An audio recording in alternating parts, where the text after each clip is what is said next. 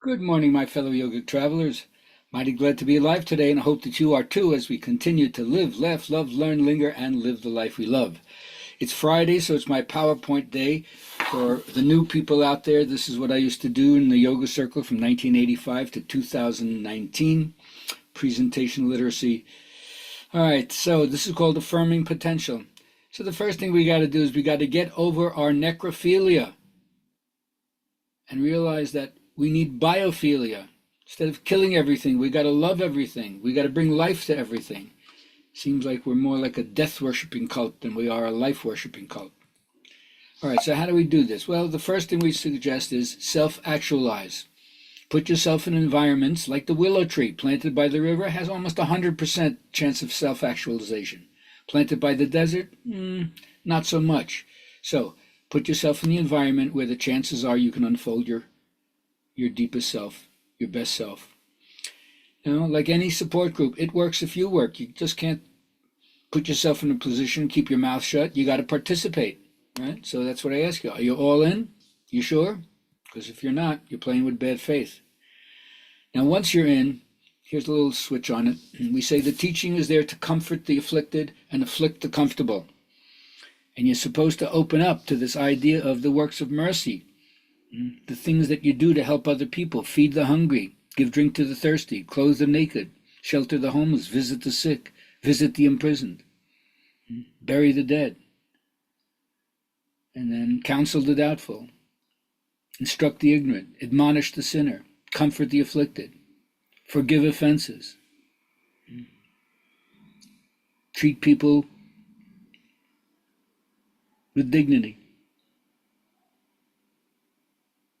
pray for the living and the dead. You can do that. You can do at least one of those things, can't you? Now, in The Wizard of Oz, it's really interesting. Even though they said, don't look at the man behind the curtain, and he was a sham at that level, but he did do something. He affirmed their potential. He gave the brain to the scarecrow, and the heart to the tin man, and the courage, the mettle to the lion. So sometimes that's what a teacher does. They see who you are, and they recognize your gift, and they give you something to help you along your way.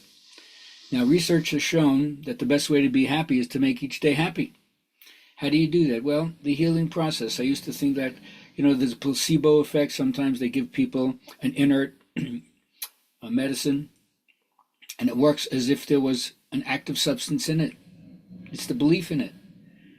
And so in the same way, I like to say you come to a yoga, a doctor, and first they give you the placebo, the tangible thing, and tell you to come back in a couple of weeks. And then you're thinking about what the doctor said. You have a relationship with this person. And then after a few more weeks, they say, okay, now you're on your own. You got to take personal responsibility. It's just like in a yoga class. You come to a yoga class, but if the first thing you walked in, I just say, hey, you don't need anything from me. Just go back and live your own truth. He said, what a sham this guy is. So I give them the placebo in the form of the yoga posture. And if they keep on coming, they develop a relationship with me, and they start to understand the longer, wider implications of yoga as a lifestyle. And then after a while, they realize, it's not about going to class and relationship with me. It's like, am I going to take personal responsibility for hitting the mat myself, doing my own practice? Then you got it. And then you remember, success comes to one who practices, not to one who practices not. So if you want it, do it. And remember this beautiful quote, yoga teaches you to cure what cannot be endured. Yoga teaches you to cure what need not be endured, and endure what cannot be cured. Say it again. Yoga teaches us to cure what need not be endured, and endure what cannot be cured.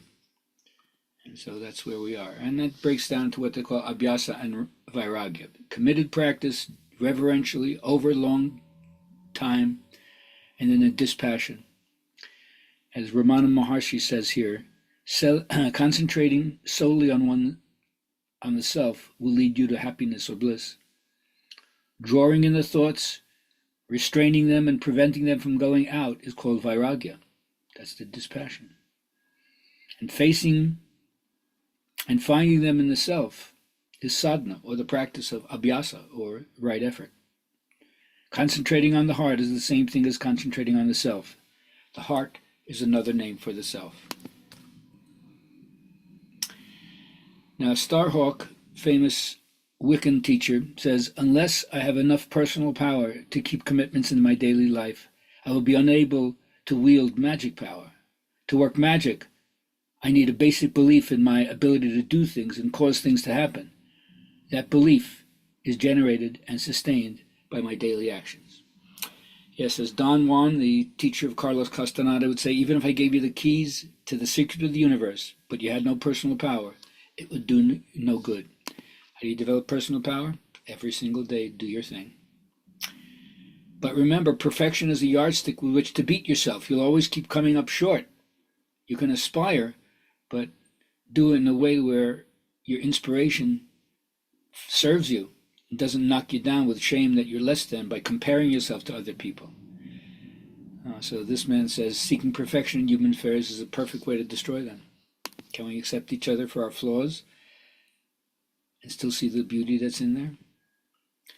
So all the time doesn't exist. Don't saddle yourself with that one. Staying positive doesn't mean that you have to be happy all the time. It means that even though there are hard days, you know that there are better days to come. Hang in there, as we say. Don't lose hope. Don't lose faith. But every one of us has to do some reclamation work. We pass by the door that says, keep out, verboten, forbidden, don't go there. And of course, like in a fairy tale, isn't that code for I got to open up and see what's there? Then you can reclaim those lost parts from that do not open file. There's a lot of treasure there. And if you do that, you'll find out in the end that we can't fix your brokenness, but we can bless it. So I leave you with that today. And may you find a way to bless your own brokenness.